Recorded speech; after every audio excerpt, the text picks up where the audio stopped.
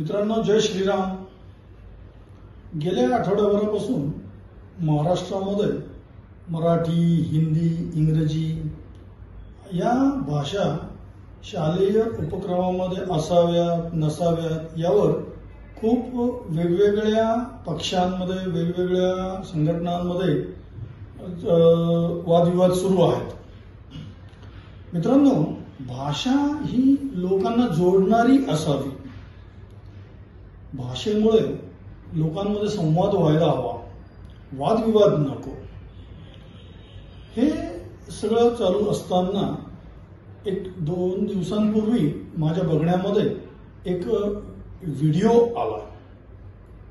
पुणे जिल्ह्यातील खेड या तालुक्यात, खेड म्हणजे राजगुरुनगर या तालुक्यातील कणेरसर या गावातील जिल्हा परिषदची जी शाळा आहे त्या शाळेचा एक अत्यंत उत्कृष्ट माहितीपट माझ्या बघण्यामध्ये आला। त्या शाळेमध्ये मराठी, हिंदी तर सोडाच, पण आज जिल्हा परिषदच्या प्राथमिक शाळेमध्ये जॅपनीज, फ्रेंच आणि भारतातल्या कन्नड, तामिळ या भाषा सुद्धा शिकवल्या जातात। मुलांमध्ये वेगवेगळ्या भाषा शिकण्याची जणू चढाओढच तिथे लागलेली आहे। आणि ही जी शाळा आहे ही विशेष म्हणजे लोक सहभागातून चालवली जाते। वेगवेगळ्या भाषाच नाही तर योग, अवांतर वाचन, तांत्रिक शिक्षण जसं काही कोडिंग आहे, 3D ॲनिमेशन आहे, चित्रकला, हस्तकला या गोष्टी सुद्धा या मुलांना शिकवल्या जातात। आणि या सगळ्या जे शिक्षण या शाळेमध्ये दिलं जातं, इतर शाळांपेक्षा ही शाळा कशी वेगळी आहे या शाळेच्या वेगळं शिक्षण देण्यामध्ये तिथले जे शिक्षक आहेत श्री दत्तात्रय वारे आणि शिक्षिका ऋतुजा तांबणे यांनी ही किमया करून दाखवलेली आहे। तर हा व्हिडिओ मी तुम्हाला दाखवत आहे की या शाळेचं नाव जगातील 10 शाळांमध्ये घेतलं गेलंय। आणि खरंच या शिक्षकांचं, या शिक्षिकेचं आज गुरुपौर्णिमेच्या निमित्ताने आपण अभिनंदन करूया। असेच शिक्षक, शिक्षिका हे भारतामध्ये तयार झाले पाहिजे, ज्यांनी आपल्या भारतीय संस्कृतीचं जतन केलं पाहिजे, विद्यार्थी घडवले पाहिजे। आपण सगळ्यांनी हा व्हिडिओ अवश्य बघा, संपूर्ण व्हिडिओ बघा, त्यावर आपलं मत व्यक्त करा।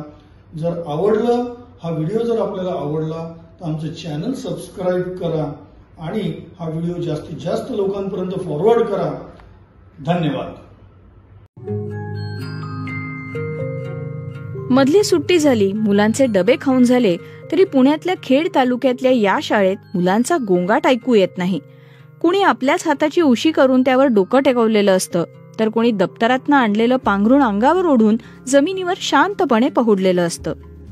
वर्गांच्या बंदिस्त भिंती आणि बेंचची शिस्त नसलेल्या कनेरसरी गावातल्या जालिंदर नगर जिल्हा परिषदेच्या प्राथमिक शाळेतली मुलं रोज डबा खाल्ल्यानंतर अर्धा तास झोपतात। खेडेगावामध्ये एक हा पूर्वीपासून शेतकरी काम दिवसभर केल्यानंतर तो पहाटेपासून कामाला लागायचा, तर दुपारच्या त्या न्याहारीनंतर, जेवणानंतर थोडा वेळ, आपण त्याला मराठीमध्ये आपल्या ग्रामीण भाषेमध्ये अंग टाकणं म्हणतो, त्याला झोपणं म्हणत नाहीत, थोड्या वेळासाठी ते झोपतात।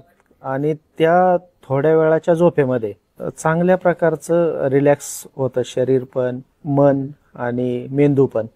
पुन्हा ज्यावेळेस ते उठतात त्यावेळेस ते अतिशय फ्रेश असतात, काही गोष्टी शिकण्याची, नवीन जाणून घेण्याची किंवा काही काम करण्याची। तर ह्या सगळ्या सकाळच्या वेळेसारखं मुलं पुन्हा त्या योगनिद्रेतून उठल्यानंतर तितकेच फ्रेश असतात।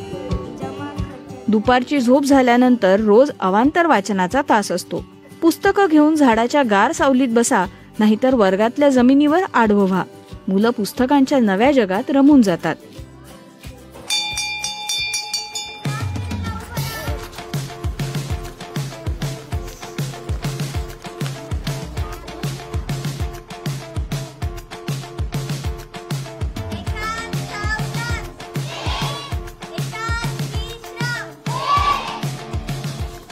शिरूरच्या वाबळेवाडीसारखाच याही शाळेचा वारे गुरुजी कायापलट करतायत।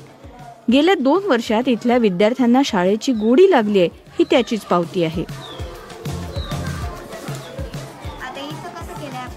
कधी कधी विद्यार्थीच एकमेकांना शिकवतात, एकमेकांचे विषय मित्र होतात. एक गोष्ट इतक्या 28-29 वर्षाच्या आमच्या अनुभवानंतर लक्षात आलेली की मुलं शिक्षकापेक्षा मुलांकडून अधिक चांगल्या पद्धतीने शिकतात. बेरीज सोडवायची, मग आधी आधी तसं लिहून घ्यायचं. 1-2 वर्ष वयाने मोठे असतील बाकीच्यांपेक्षा आणि एकदा शिकवलेलं त्यांना परिपूर्ण समजत असेल किंवा स्वतः अभ्यास करून काही गोष्टी समजून घेण्याची त्यांची कॅपॅसिटी असेल, तर अशी जी मुलं आहेत आणि ह्या मुलांसोबत बाकीच्या मुलांचे काही ग्रुप जोडून दिले तर ही मुलं सगळ्या शंका त्याविषयी मित्राला विचारतात. शाळेत असतानाही विचारतात, शाळा सुटल्यानंतर ज्यावेळेस घरी जातात काही होमवर्क सांगितलेला असतो तिथं पण विचारतात. आणि स्पीड प्रत्येक मुलगा आपापलं स्पीड ठरवतो. मुलांना डायरेक्शन देणं हे आमचं काम आहे. हजिमे मास्ते मुलं मुली अभ्यासक्रमापलीकडे शाळेत बरंच काही शिकतायत. शाळेतल्या अनेक मुलांना जपानी भाषा येते. काहींनी जपान सरकारकडनं घेतल्या जाणाऱ्या भाषा परीक्षेत N5 लेव्हल पर्यंतची मजल गाठली. काही मुलं जपानी सोबतच फ्रेंच, इंग्रजी आणि भारतातल्या कन्नड, तमिळ अशा भाषाही प्राथमिक संवाद करता येईल इतपत शिकलेली आहेत. Alexa, prime minister of Russia.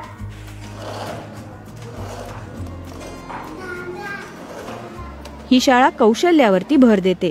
शाळेतच मुलांना 22 प्रकारची कौशल्य शिकवली जातात असं शिक्षक सांगतात.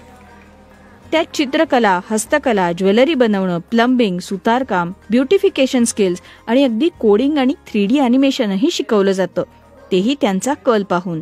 काय दिसते? अडचण येतात. लहान मुलांना लहान बनवूनच शिकवावं लागतं. आपण पण त्यांच्यासारखं बनवून शिकवावं लागतं.